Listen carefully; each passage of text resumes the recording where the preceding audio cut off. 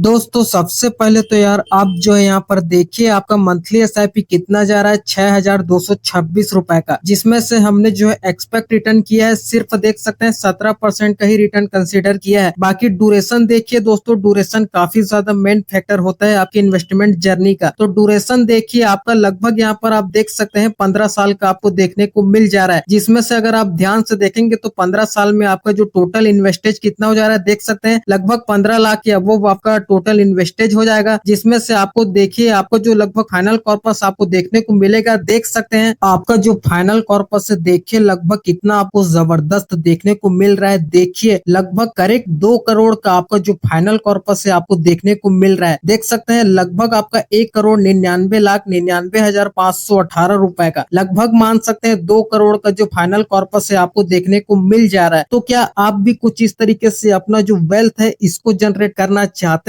अगर आपका जवाब किसी भी तरीके से हाँ है तो बस आपका काम खत्म। आज आप इस वीडियो को एंड तक जरूर देख लेना। सब कुछ डिटेल के साथ बताने वाला हूँ किस म्यूचुअल फंड में आपको अपना पैसा इन्वेस्टमेंट करना है। सब कुछ डिटेल की जानकारी आज आपको इस वीडियो में बिल्कुल बारीकी के साथ डिटेल के साथ बताने वाला हूँ। वीडियो को पूरा जरूर देख लेना यार, अगर आप बीच में स्किप कर देंगे तो कुछ भी समझ नहीं आने वाला, फिर घूम फिर कर आपको प्रॉब्लम ही देखने को मिलने वाली है। तो रिक्वेस्ट करता हूँ वीडियो को पूरा जरूर देखना। चलिए वीडियो स्टार्ट करते हैं, सब कुछ मैं आपको बता देता हूँ। तो देखिए दोस्तों सबसे पहले तो ऑब्वियसली यार हम फंड के बेसिक डिटेल की ही बात करेंगे। तो इसका मैं सबसे पहले तो आपको करंट एनईवी यानी कि नेट एसेट वैल्यू बताऊं तो लगभग 16 रुपए का आपको करंट एनईवी देखने को मिल जाता है। बाकी रेटिंग की बात की जाए तो लगभग रेटिंग तो इसमें किसी भी तरीके की नहीं देखने को मिलती है। बाकी एसआईपी अमाउंट की बात की जाए तो लगभग 100 रुपए से आप एसआईपी शुरू कर सकते हैं। बाकी फंड साइज की बात की जाए तो लगभग 13,000 करोड़ का आपको लगभग इसका जो फंड साइज है देखने को मिल जाता है। तो ध्यान से देखेंगे तो काफी बड़ा फंड साइज आपको देखने को मिल जाता है। अब चलिए दोस्तों इस म्यूचुअल फंड के पोर्टफोलियो में इसका जो मार्केट कैपिटल है इसको भी देख लेते हैं। तो दोस्तों सबसे पहले तो मैं आपको बताऊं तो गिंट में लगभग 56% इन्वेस्टमेंट आपके पैसे का किया जाएगा, जबकि लार्ज कैप सेक्टर की बात की जाए तो 20% इन्वेस्टमेंट आपके पैसे का किया जाएगा, जबकि मिड कैप सेक्टर की बात की जाए तो लगभग 14% इन्वेस्टमेंट आपके पैसे का किया जाएगा। बाकी स्मॉल कैप सेक्टर की बात की जाए तो लगभग 8% इन्वेस्टमेंट स्मॉल कैप सेक्टर में आपके पैसे को इन्वेस्टमेंट किया जाएगा। तो दोस्तों कुछ इस तरीके से आपको जो है इस म्यूचुअल फंड के पोर्टफोलियो में इसका जो मार्केट कैपिटल है कुछ इस तरीके से आपको देखने को मिल जाता है। अब चलिए दोस्तों फंड के पिछले कुछ पास्ट के रिटर्न्स को भी देख लेते हैं, उसके बाद मैं आपको होल्डिंग्स में स्टॉकों की भी बात मैं आपको बता दूंगा। तो सबसे पहले तो दोस्तों मैं इसका लगभग सिर्फ 1 महीने का रिटर्न बताऊं तो लगभग आपको 4% का देखने को मिला है, जबकि 6 मंथ के रिटर्न की बात करूं तो देखिए लगभग 6 मंथ में ही आपको लगभग 20% का रिटर्न देखने को मिल गया है। जबकि दोस्तों 1 साल के एवरेज रिटर्न की बात की जाए तो लगभग 41% का एवरेज रिटर्न आपको 1 साल में देखने को मिला है। जबकि दोस्तों ऑल टाइम रिटर्न की बात करें तो देखिए ये भी लगभग आपको 21% के करीब देखने को मिल गया है। तो लगभग 20% तो आपको ऑल टाइम रिटर्न देखने को मिल गया है। तो दोस्तों कुछ इस तरीके से आपको जो है इस म्यूचुअल फंड के पोर्टफोलियो में इसका जो ओवरऑल रिटर्न है आपको कुछ इस तरीके से देखने को मिल गया है। अब चलिए दोस्तों होल्डिंग्स में सबसे पहले तो स्टॉक को भी देख लेते हैं, आखिर किन किन स्टॉक में आपके पैसे को इन्वेस्टमेंट किया जाएगा। तो दोस्तों मैं आपको सबसे पहले बताऊं तो इस म्यूचुअल फंड के कुल पोर्टफोलियो में लगभग इसका स्टॉक देखेंगे तो लगभग आपका 61 अलग अलग स्टॉक देखने को मिल जाता है, जिसमें से टॉप 10 होल्डिंग्स के नाम मैं आपको सबसे पहले तो बताना चाहूंगा। TVS motor company limited, Maruti Suzuki India limited, ICI bank India limited, avenue supermarts limited, Reliance industry limited, HDFC bank limited, Bharti Airtel limited, Infosys limited, Larsen and टर्बो लिमिटेड, इथोस लिमिटेड। तो देख सकते हैं कितने बड़े बड़े दिग्गज कंपनी में आपके पैसे को इन्वेस्टमेंट किया जा रहा है, और ऐसी लगभग 61 अलग अलग स्टॉक में आपके पैसे को डाइवर्सिफिकेशन करके इन्वेस्टमेंट किया जाएगा। तो देखेंगे ध्यान से तो होल्डिंग्स के मामले में भी आपको काफी शानदार जो है स्टॉक देखने को मिल जा रहा है, काफी बड़े बड़े सेक्टर में आपके पैसे को इन्वेस्टमेंट किया जा रहा है। तो इस हिसाब से देखेंगे तो होल्डिंग्स भी आपको काफी सही देखने को मिल जाता है इस म्यूचुअल फंड के पोर्टफोलियो में। तो लॉन्ग टर्म में आपको इसका जो बेनिफिट है आपको जरूर देखने को मिलेगा, आपका जो वेल्थ है यहाँ पर डेफिनेटली ग्रो जरूर होगा। तो आप इस फंड में अपना पैसा इन्वेस्टमेंट कर सकते हैं। तो होल्डिंग से लेकर रिटर्न्स, इसका मार्केट कैप, सब कुछ आपने देख लिया, सब कुछ ओवरऑल गुड कंडीशन में आपको देखने को मिल जाता है। अब चलिए दोस्तों हम अपना जो फाइनली है मेन मुद्दा स्टार्ट करते हैं आपके इन्वेस्टमेंट जर्नी का। देखिए देखिए दोस्तों, आपको ज्यादा एसआईपी करने की बिल्कुल भी जरूरत नहीं है, सिर्फ 6,326 रुपए का ही एसआईपी करना है। देखिए दोस्तों, इससे कम मत करना, हो सके तो इससे ज्यादा ही करना, या कम से कम इतना एसआईपी तो करेक्ट आप जरूर कीजिएगा ही कीजिएगा। इससे 1 रुपया भी ज्यादा मत करना, या इससे 1 रुपया भी कम मत करना। अगर ज्यादा करना है तो ज्यादा कर सकते हैं, लेकिन कम तो बिल्कुल भी मत करना। तो 6,326 रुपए का आपका तो ये एसआईपी हो गया। बाकी एक्सपेक्ट रिटर्न की बात करें तो देखिए दोस्तों, लगभग आपको 20% का तो कंसिस्टेंसी रिटर्न देखने को मिल गया है। अब देखते हैं इसको लॉन्ग टर्म में, तो आपको 20% आसानी से मिल सकता है। तो चलिए हम जो है यहाँ पर 20% का रिटर्न कंसीडर कर लेते हैं। 10 से 15 साल में 20% तो आपको आम देखने को मिलता है। 20% का तो रिटर्न आपको देखने को मिल ही जाएगा। अब दोस्तों बात आती है ड्यूरेशन की, यही तो आपका काफी ज्यादा मेन फैक्टर होता है। तो इसको तो आप अपने हिसाब से ही घटाएंगे बढ़ाएंगे। बाकी मैं 10 साल से लेकर अगले 30 साल तक का फुल कैलकुलेशन तो मैं आपको बता ही रहा हूँ। तो देखिए दोस्तों, मैं फाइनल अमाउंट ही बताऊंगा, ये सब मैं आपको नहीं बताऊंगा। इन्वेस्टमेंट कितना हो रहा है, रिटर्न कितना मिल रहा है, ये सब मैं आपको नहीं बताने वाला। डायरेक्ट मेन मुद्दा स्टार्ट करते हैं। तो देखिए यहाँ पर मैं आपको 10 साल का फाइनल कॉर्पस आपको बताऊं तो देखिए 10 साल में लगभग आपको जो है फाइनल कॉर्पस देखने को मिलेगा 24,18,832 रुपए का जो फाइनल कॉर्पस है आपको देखने को मिल सकता है 10 साल में। अब दोस्तों ध्यान से देखना, इस ड्यूरेशन को अगर आप 15 साल तक कंटिन्यू कर देते हैं तो 15 साल में लगभग आपको जो फाइनल कॉर्पस है आपको देखने को मिलेगा 71,75,550 रुपए का आपको जो है फाइनल कॉर्पस देखने को मिल सकता है 15 साल में। जबकि दोस्तों 20 साल के फाइनल अमाउंट की बात की जाए तो लगभग जो है आपका 2 करोड़ का जो फाइनल कॉर्पस है आपको देखने को मिल जाता है। देख सकते हैं 2,99,99,518 रुपए का। तो आपका जो 2 करोड़ का जो फाइनल कॉर्पस है यहाँ पर 20 साल में कवर हो जाता है। तो वीडियो की स्टार्टिंग में जैसा कि आपने देखा होगा कुछ इस तरीके से आपका जो वेल्थ है यहाँ पर जनरेट हो जाएगा। तो ध्यान से देखेंगे तो एक भी आपका जो अमाउंट है यहाँ पर छूटा नहीं है, एज इट इज आपको इतना ही देखने को मिल रहा है। तो यही होता है दोस्तों कंपाउंडिंग का पावर। लॉन्ग टर्म में आपको जो है कंपाउंडिंग का कुछ इस तरीके से मैजिक देखने को मिल जाता है। तो आप जो है इसमें अपना एसआईपी शुरू कर सकते हैं, कोई दिक्कत वाली बात नहीं है। लॉन्ग टर्म में आपका जो वेल्थ है यहाँ पर डेफिनेटली ग्रो जरूर होने वाला है। तो आप इसमें अपना एसआईपी भी कर सकते हैं, या आप चाहे तो लमसम भी कर सकते हैं, कोई दिक्कत की बात नहीं है। दोनों आप इस फंड में कर सकते हैं, कोई आपको यहाँ पर लॉग इन पीरियड वगैरह देखने को नहीं मिलने वाला। ठीक है, तो आप इसमें से अपने डिसीजन ले सकते हैं। अब चलिए दोस्तों फंड के बाकी बेसिक डिटेल को भी देख लेते हैं। तो इसका मैं आपको सबसे पहले तो एक्सपेंस रेशियो चार्ज बताऊं तो लगभग आपको 0.66% का आपको जो है इसका एक्सपेंस रेशियो चार्ज देखने को मिल जाता है। बाकी दोस्तों एग्जिट लोड चार्ज की बात की जाए तो 1% का एग्जिट लोड चार्ज देखने को मिल जाता है। बाकी दोस्तों टैक्स इम्प्लीमेंटेशन को तो आपको बताने की बिल्कुल भी जरूरत नहीं है, ये सब तो आपको पता है। अब चलिए दोस्तों फंड मैनेजमेंट की बात कर लेते हैं। तो देखिए दोस्तों लगभग 2 लोग जो है इस फंड को पूरी तरीके से मैनेजमेंट कर रहे हैं। नाम तो जैसा कि आप स्क्रीन पर देख ही सकते हैं। तो 2 लोग जो है इस फंड को पूरी तरीके से मैनेजमेंट कर रहे हैं। ऑब्वियसली यार इनको काफी ज्यादा एक्सपीरियंस होगा, तभी तो ये आपके पैसे को मैनेजमेंट कर रहे हैं। क्योंकि दोस्तों अगर आप खुद से स्टॉक मार्केट में पैसे इन्वेस्टमेंट कर देते हैं, किसी स्टॉक में पर्टिकुलर अगर आप इन्वेस्टमेंट कर देते हैं तो आपके पैसे पर जो रिस्क का फ्रीक्वेंसी काफी ज्यादा बढ़ जाता है। इसलिए आपको इससे बचना चाहिए। आपको खुद से स्टॉक मार्केट में पैसे लगाने की भूल नहीं करना चाहिए। आपको म्यूचुअल फंड में तो ये सेफ्टी देखने को मिल रहा है, आपके द्वारा फंड मैनेजर्स आपके पैसे को अलग अलग स्टॉक में इन्वेस्टमेंट कर रहे हैं। तो आपको इन पर ही सब कुछ छोड़ देना है, आपको खुद से दिमाग लगाने की बिल्कुल भी जरूरत नहीं है। ये आपके पैसे को सही जगह इन्वेस्टमेंट कर देंगे। तो आपको खुद से दिमाग लगाने की बिल्कुल भी जरूरत नहीं है। आपको एक जगह बैठ जाना है, इन्वेस्टमेंट आपने कर दिया, बस अब बस आप ट्रैक करके देखते रह सकते हैं। मैं तो ये कहता हूँ कि आप ट्रैक भी मत कीजिए। जितना आप ट्रैक करते रहेंगे उतना